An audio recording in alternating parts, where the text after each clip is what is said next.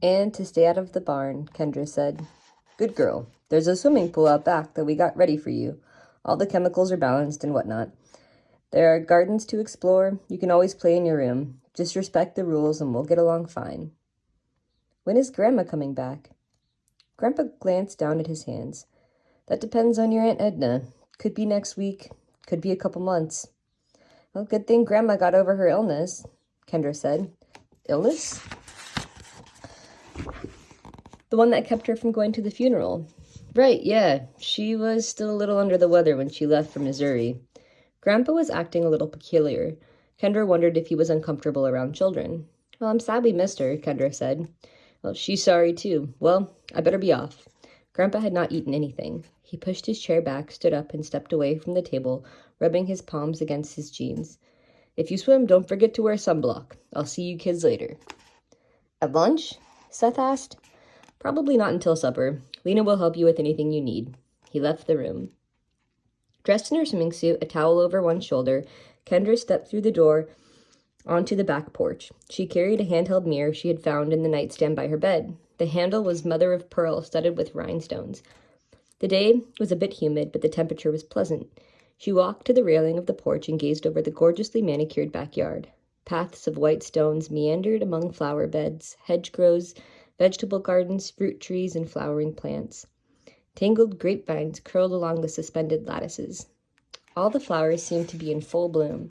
Kendra had never seen such brilliant blossoms. Seth was already swimming. The pool had a black bottom, and it was fringed with rocks to make it seem like a pond. Kendra hurried down the steps and started down a path toward the pool. The garden teemed with life. Hummingbirds darted among the foliage, wings nearly invisible as they hovered. Huge bumblebees with fuzzy abdomens buzzed from one blossom to another. A stunning variety of butterflies fluttered about on tissue paper wings. Kendra passed a small, waterless fountain featuring a statue of a frog. She paused as a large butterfly alighted on the rim of an empty bird bath. It had huge wings, blue, black, and violet. She had never seen a butterfly with such vivid coloring. Of course, she had never visited a world-class garden.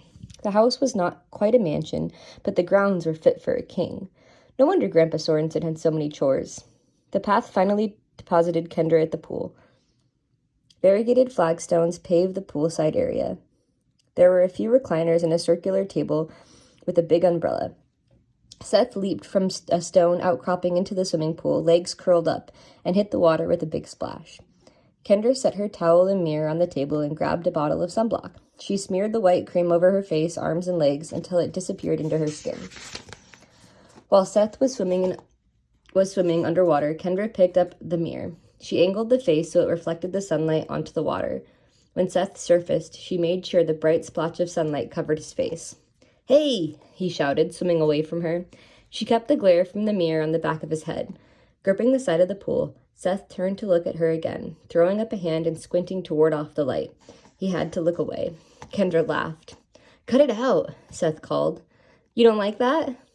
Quit it, I won't do it anymore. Grandpa already yelled at me. Kendra set the mirror on the table. That mirror is a lot brighter than a butter knife, she said. I bet it already did permanent damage to your retinas. I hope so, then I'll sue you for $1 billion. Good luck, I have about 100 in the bank. It might be enough for you to buy some eye patches. He swam toward her angrily, and Kendra walked forward to the edge of the pool. As he started climbing out, she shoved him back in. She was almost a full head taller than Seth, and could usually handle him in a fight, although if they ended up wrestling, he was pretty squirmy. Seth changed tactics and started splashing her, making quick scooping motions from across the surface of the pool. The water felt cold, and Kendra recoiled at first, then leapt over Seth into the water. After the initial shock, she swiftly grew accustomed to the temperature, stroking over to the shallow end, away from her brother. He chased her, and they ended up in a splash fight. Locking his hands, Seth swung his arms in wide arcs, skimming the top of the water. Kendra pushed at the water with both hands, a churning motion that generated smaller but more focused splashes. Soon they grew tired. It was hard to win a water fight when both participants were already soaked.